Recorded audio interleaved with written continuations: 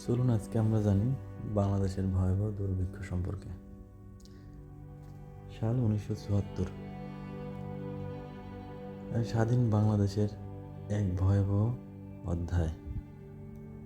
একটা দেশ তখন মাত্র কয়েক বছর আগে স্বাধীন হয়েছে। যুদ্ধের ক্ষত তখনও শুকায়নি।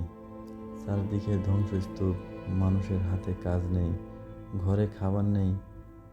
আর ঠিক সেই সময় বাংলাদেশে দুর্ভিক্ষ নেমে আসে। বাংলাদেশ দেখেছিল তার ইতিহাসের অন্যতম ভয়াবহ খাদ্য সংকট। 1971 সালের মুক্তিযুদ্ধের পর বাংলাদেশকে এক ভয়াবহ পরিস্থিতির মধ্য দিয়ে পথ চলতে হয়েছিল। যুদ্ধের কারণে কৃষি, যোগাযোগ ব্যবস্থা, অর্থনীতি ও খাদ্য সরবরাহ ব্যবস্থা ব্যাপকভাবে ক্ষতিগ্রস্ত হয়েছিল। এরপর 1974 সালে ভয়াবহ বন্যার আঘাত হানে। দেশের বিভিন্ন অঞ্চলে ফসল নষ্ট হয়, বিশেষ করে ধান উৎপাদন বড় ধরনের ধাক্কা আসে। গবেষণায় দেখা যায়, বন্যা ও পরপর দুর্বল ফসলের সঙ্গে দুর্বল খাদ্য মজুদ, অবকাঠামোগত সংকট এবং অর্থনৈতিক দুর্বলতা মিলেই পরিস্থিতিকে ভয়াবহ করে তোলে। কিন্তু দুর্ভিক্ষের গল্প শুধু খাবার কম ছিল এতটা সরল ছিল না। অনেক মানুষের কাছে বাজারে থাকা খাবার কেনার মতো অর্থও ছিল না। বিশেষ করে দিনমজুরদের মজুরি ও চালের দামের মধ্যে বিশাল ব্যবধানের তৈরি হয়েছিল। চালের দাম বেড়ে যাওয়ায় দরিদ্র শ্রমজীবী মানুষ তাদের আয় দিয়ে প্রয়োজনীয় খাদ্য কিনতে পারছিল না। দেশের উত্তরাঞ্চল, বিশেষ করে রংপুর অঞ্চল, এই দুর্ভিক্ষে ভয়াবহভাবে আক্রান্ত হয়েছিল। মানুষ কাজের সন্ধানে এক জায়গা থেকে অন্য জায়গায় যেতে শুরু করে। অনেক পরিবার তাদের শেষ সম্বল, গবাদি পশু, ঘরের জিনিসপত্র বিক্রি করে খাবার সংগ্রহের চেষ্টা করে। কিন্তু যখন বিক্রি করার মতো কিছু অবশিষ্ট থাকলো না, তখন তাদের সামনে রইল শুধু ক্ষুধা।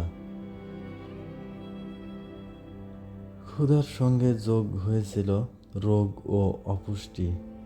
গবেষণায় দেখা যায়, দুর্ভিক্ষের সময় দরিদ্র জনগোষ্ঠীর মৃত্যুর হার উল্লেখযোগ্যভাবে বেড়ে গিয়েছিল। কিছু এলাকায় দুর্ভিক্ষের পর এর প্রভাব বহুদিন ধরে চলতে থাকে। 1974 সালের এই দুর্ভিক্ষ শুধু সেই সময়ের মানুষের জীবনই বদলে দেয়নি, এর প্রভাব পরবর্তী প্রজন্মের উপরও পড়েছিল। আধুনিক গবেষণায় দেখা গেছে, দুর্ভিক্ষের সময় গর্ভে থাকা বা শৈশবে দুর্ভিক্ষের সংস্পর্শে আসা মানুষের দীর্ঘমেয়াদী স্বাস্থ্যের উপর নেতিবাচক প্রভাব পড়ে।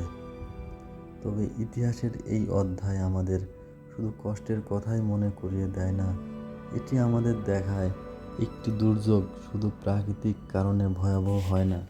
বন্যা, খাদ্যের দাম, মানুষের আয়, কর্মসংস্থান, খাদ্য সরবরাহ এবং রাষ্ট্রের সক্ষমতা সবকিছু একসঙ্গে একটি সংকটকে ভয়াবহ করে তুলতে পারে।